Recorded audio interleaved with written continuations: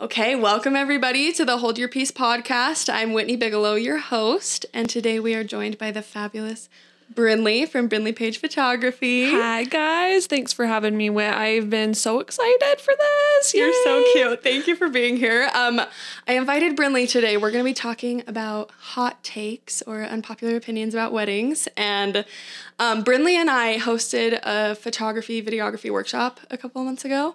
I guess it was only like a month ago, but we pretty much had to plan a wedding together, and it was a lot. It was a lot. But Brynlee was fabulous, and her opinions were spot on. Her style is perfect. She knows how to make things flow well, so I wanted to have her on today to share all her wisdom. Between the two of us, I think we've shot hundreds of weddings. At least. So many. I don't even know how to put a number on it, but a lot between the two of us. Yes.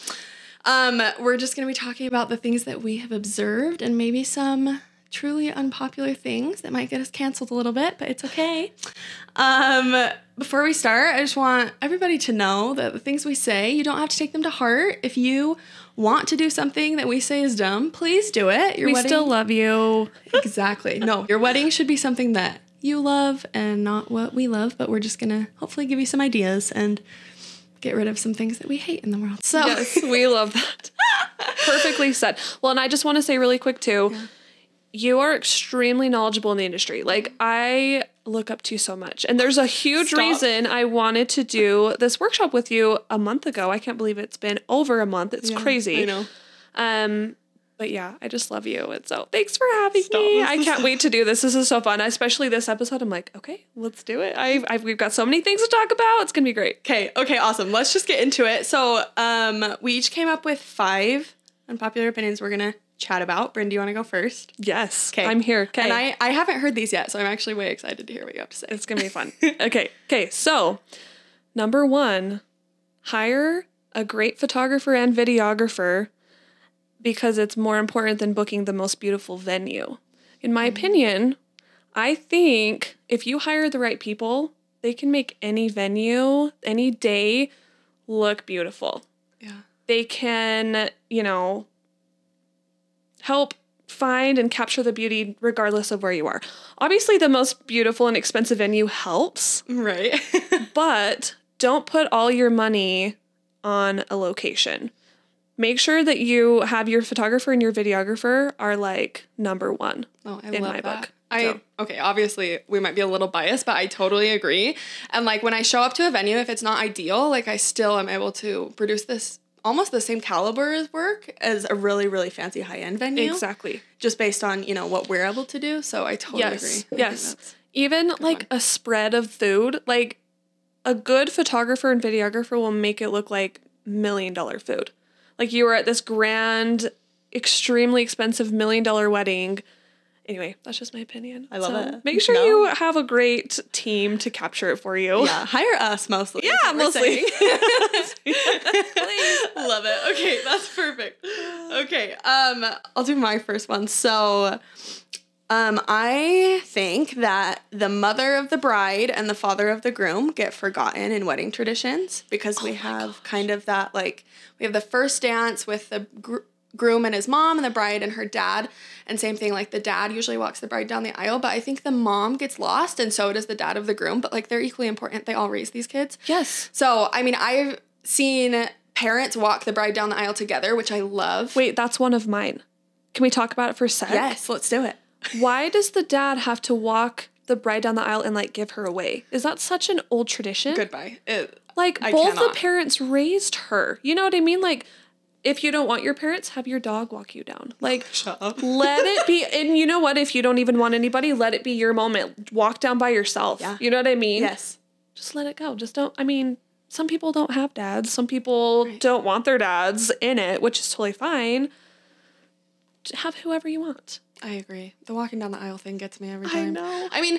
If you want to have your dad walk you down the aisle and that's a special moment for the two of you, of course. Sure. But don't forget about your moms. Don't forget about your dogs. Yes. Exactly. I love that. But yeah, so including all your parents as much as you can. So. For sure. And something too I want to say, I think you do this too. I always make sure I try to get a picture of only your mom and dad. And I know it's hard. Sometimes they're divorced or sometimes you don't have one parent, but I'm going to get a picture of your parents for you because I have one at my wedding and it's like one of my favorite pictures, just like my mom and dad. And they look so cute. And especially when they get older, I'm like, anyway, I love that. Okay. Hire a professional officiant. I know that you want your best man or, your cousin who is hilarious to officiate. But I've seen some stuff and sometimes they open up with this embarrassing story of the groom and it's like, hey, that was just like a little tacky. You know what I mean? A professional officiant has their notes ready. They go from, beginning to end flawlessly. We've got tears flowing in the crowd. They make it that much more meaningful. They're a neutral party. They're not going to be up there sobbing their eyes out. You can't understand them, So just hire a professional officiant. And two, most of them know when you kiss that they'll step out of the way. Yeah. And I love that. They're not like in the middle of your first kiss. They're just like standing in the back, like chilling. Their little heads popped through. So hire a professional. Yeah, I love that. And when you do hire a professional, it's not like some stranger who just shows up. Like, at least the good ones, I think all of them do this, but they'll meet with you and reach out to you and get to know your relationship. So it's not just like some transactional thing. 100%. Yeah. They will get to know you. So it's not a stranger, but somebody who is well-spoken and knows how a ceremony is supposed to go. Yes. To avoid those little awkward mishaps that happen pretty much every time when it's a family member doing it. So last summer, I had a grandpa officiate. It was the groom's grandpa. And he forgot his notes at home, so he was going by heart, which was sad. But he kept calling the bride by his ex-girlfriend's name. Absolutely not. I'm not Are even you kidding. serious? He had to pull him aside and is like, Grandpa, her name's this. It was horrible. The groom's ex-girlfriend. Yes. Oh. The bride was just standing there like, oh my gosh. This kidding. isn't happening. Oh. It was awful. It was awful. That's a nightmare. It was a nightmare. It was really sad. She didn't really talk about it. She mentioned it once while they were doing couple photos. Like, did your grandpa really call me so-and-so? He's like, yeah, sorry. Like, he didn't really know what to say either. Oh my gosh. It was real uncomfy. It was. Yeah. And if you do have a family member officiate, because maybe it's not in your budget to hire an officiant, just make sure they're well prepared. They have a script you're comfortable with. Like, make sure you know what they're going to say. Yes. And that you don't just trust your teenage brother to get up there and do his thing. Because I've seen that, and it's not a good idea. No. Yeah. And I get wanting to have somebody that's important to you, like a dad or, whatever. But just like you said, make sure that they, like, what you're getting yourself into. They don't open with an embarrassing story or, what they're going to say. Yeah. And you can always also, if you want to have the people that are close to you be able to speak and share their thoughts, you can always have speeches later. Yes. So have the professional officiant who's going to get your ceremony done correctly and efficiently. And then later on in the night, you can have your parents or grandparents or whoever is really important to you give a speech where they're still able to speak over your marriage and express their love and fondness for you. Yes. Fondness? Why did I say fondness? Goodbye. That's a good word. What is this? Anyways, okay. Perfect. Okay, I'll move on to my next one. Okay, so I will put a disclaimer before this that I don't drink alcohol, and so I don't feel necessarily totally qualified to talk about this, but I have shot a lot of weddings with an open bar where people drink a lot of alcohol. So, and a lot of times after those weddings, these people have been drinking since 5 p.m. and it's like 11:30 midnight, and they go to leave and they get in their cars and drive away. And that honestly just really pisses me off. Yes, I'm like going home with you on the road. I always am like, I gotta pack up quick. Yeah. And drive Get out of before there. these people. Because like my safety and the safety of the people on the road, I mean, drinking and driving is obviously illegal and it's really dumb.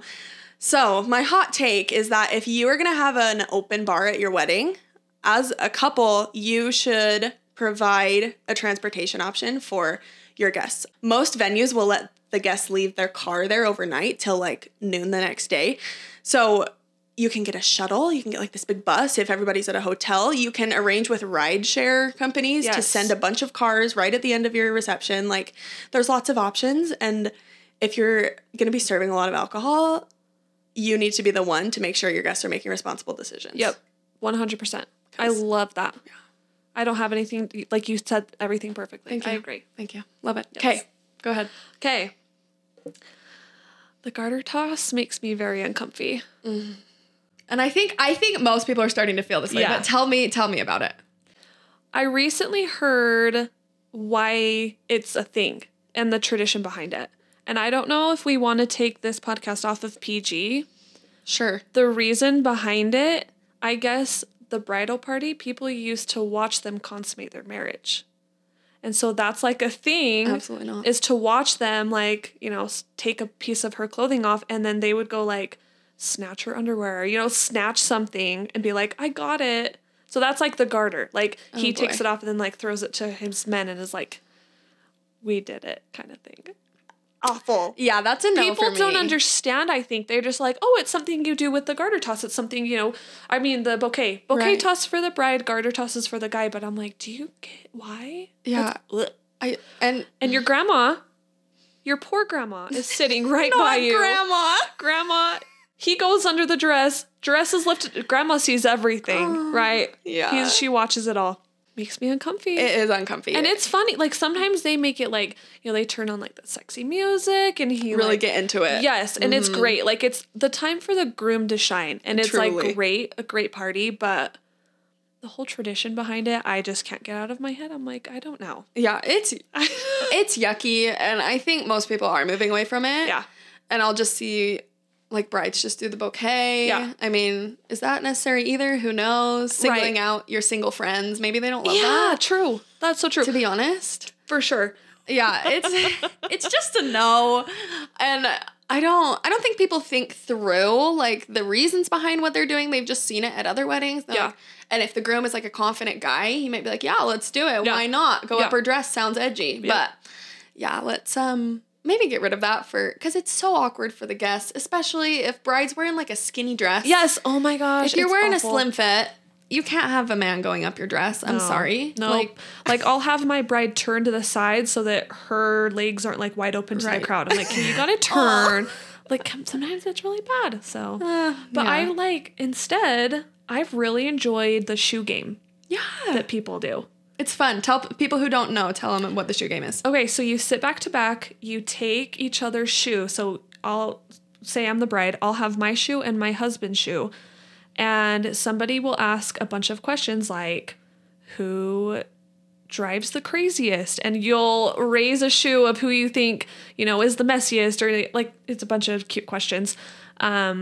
But it kind of just lets the crowd get to know the couple just a little bit better. I love that. So I think that's so cute. It is way cute. That's a good alternative to kind of have a little activity because sometimes receptions are lacking in like actual activities. Events. Exactly. Yeah, that's a great idea. Yeah. I like the shoe game. Thanks for offering that suggestion. It's cute. Love it. Love it. Love it.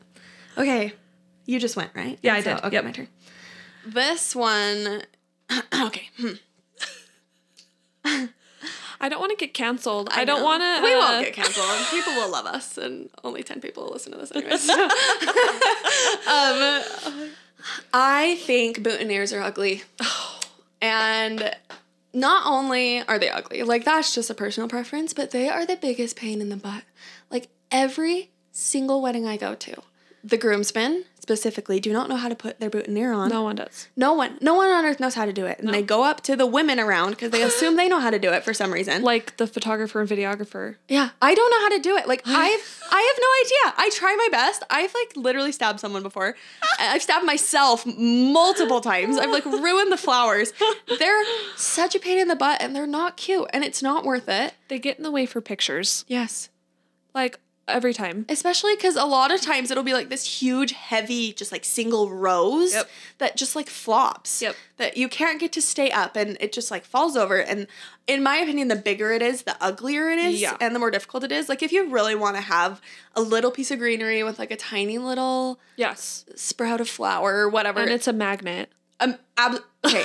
To any florist listening, please put magnets on your boutonnieres. Charge like $1 more. Just get rid of the needles for us. Yeah, why? Just get done. Okay, have you seen the pocket square flowers? Okay, yes, I have.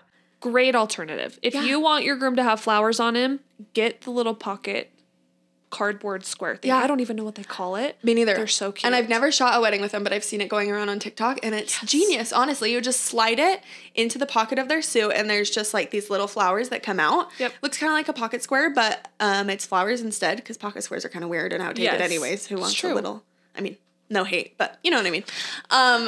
yeah, if you really want flowers, do that. But boutonnieres are not super necessary. Mm-hmm.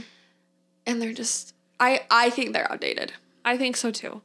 I would love to know the meaning behind those. I'm sure it's just the groom felt left out and they're like, oh, we'll just pin one on your suit. That's gotta be it. They're like, why does the bride get so many flowers? I want one. And it is kind of nice at a wedding as a vendor. You know, people who have flowers on are important. That's true. So like, if you see a dude with a flower pin on his chest, you know he's either a groomsman or family or something. Yes. So it is kind of nice, but I don't know. It's true. I totally agree. Thank you. Thank you. 100%. Gotta go. Okay. I know you're going to agree with me on this one. Okay. And I actually think a lot of vendors in our industry are feeling the same way. I feel like, anyway, I'll get into it. Okay. So the idea of the bride and groom not seeing each other before the ceremony is a completely outdated, superstitious tradition. Tell me more. Let's do a first look. Dang it. Hallelujah. Let's do a first look, please. Your wedding day is short enough. It goes by so fast. Your ceremony's not usually until 4 or 5 p.m. You don't get to see your groom all day. I know. And then it's like an overwhelming rest of your day and you like don't get a minute together. And I get people are like, I want the first time he sees me is when I'm walking down the aisle. It's this grand entrance. Right. But I promise you, he is still going to freak out. Yeah. When he sees you. The emotions are still so high in that moment. They're so he doesn't, high. even if he's seen your dress, like he doesn't care about the dress. He cares about you. Exactly. And the fact that you're walking down the aisle. He's like, okay, it's happening. I'm getting married right now. Yes. Like it's a big thing. Totally. So like, I totally get that. But if you have that be the first time, I don't feel like their reactions are completely true and honest. Mm. Everyone's watching him. Yeah. He's nervous as it is. It's overwhelming. It goes by so fast. He can't hug you and kiss you and love you right when you get up there. You have to start the ceremony. Right. But with the first look, you get all this time together. You have a moment. Love it. You remember it for the rest of forever. Mm-hmm. And even if you do it at the beginning of your bridal session, great. But even day of. Yeah. Like, let's do it. Morning. Let's even do bridal party photos after. Then those are out of the way.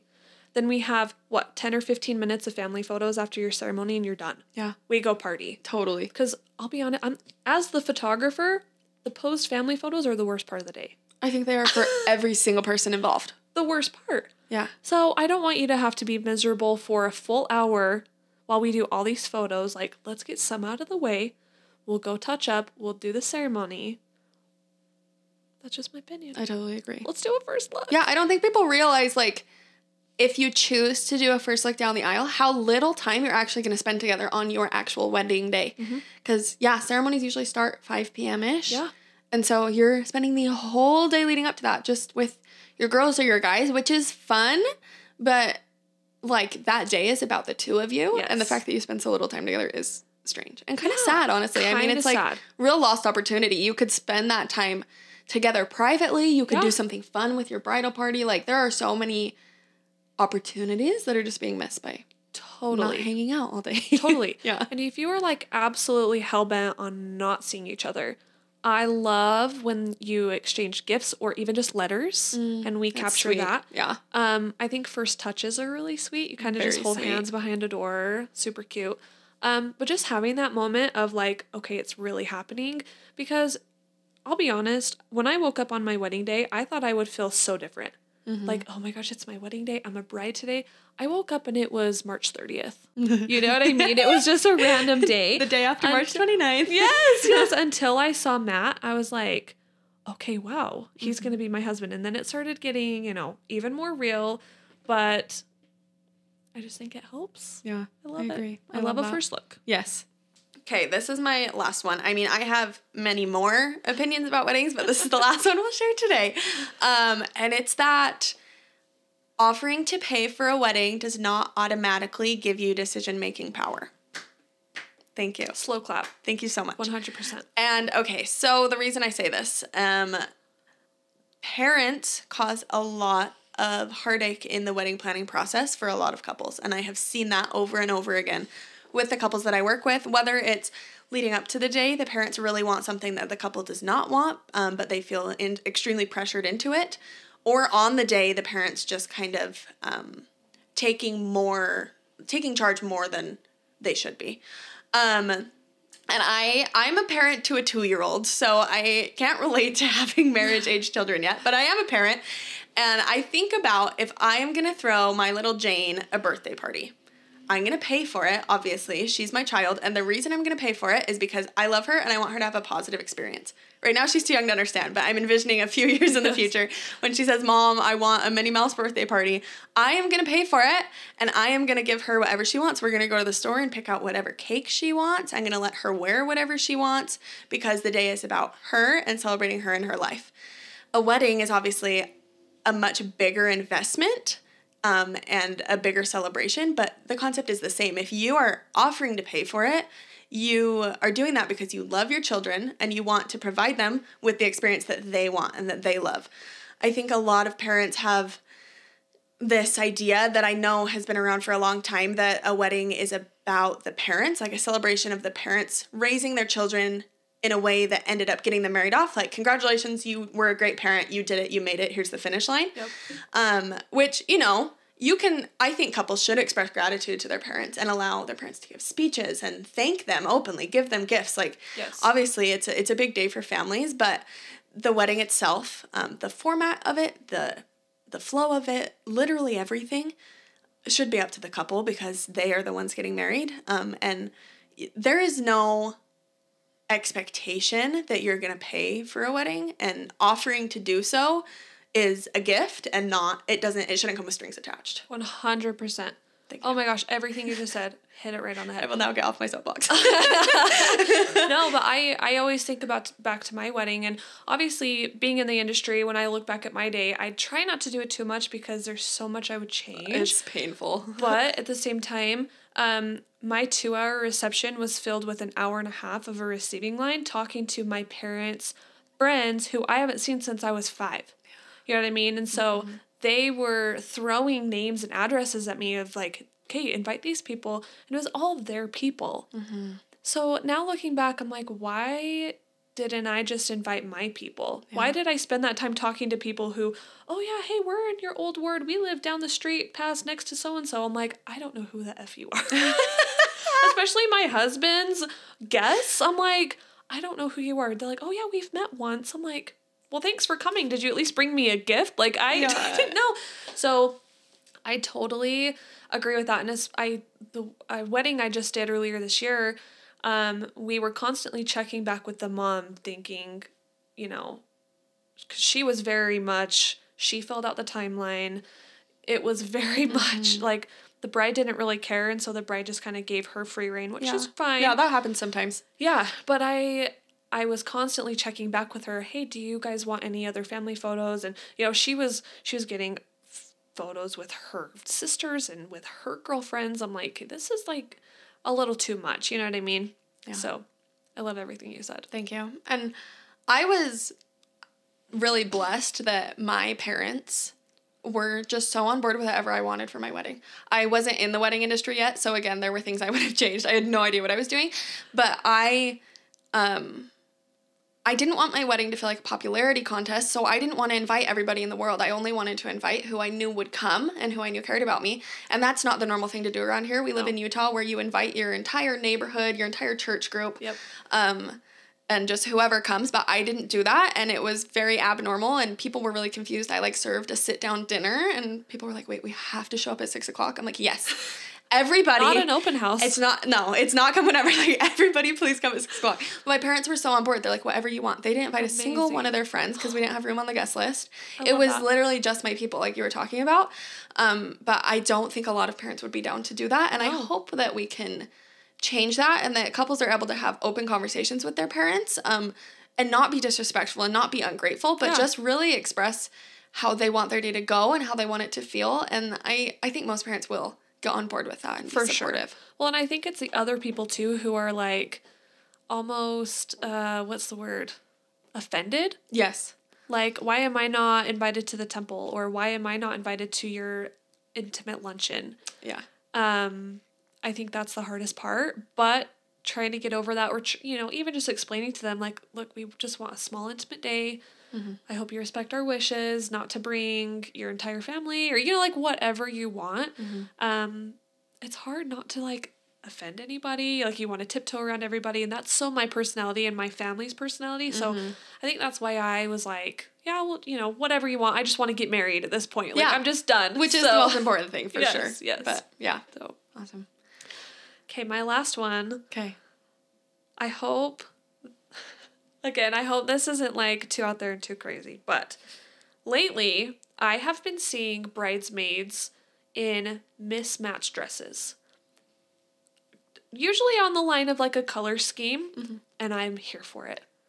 I am over everybody is in the exact same dress. Not everybody looks good in the same dress. That is so true. And it's so hard seeing these poor brides who were forced in this dress, and they are extremely self-conscious, and they're trying to hide themselves behind another bridesmaid, and it just makes me feel sad for them. So let your bridesmaids get whatever dress they want. Yeah. Obviously they can check in with you and be like, hey, is this good? Do you like this dress?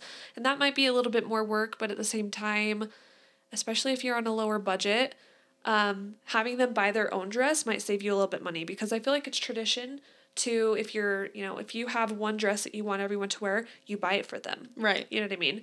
But I just love the look of it.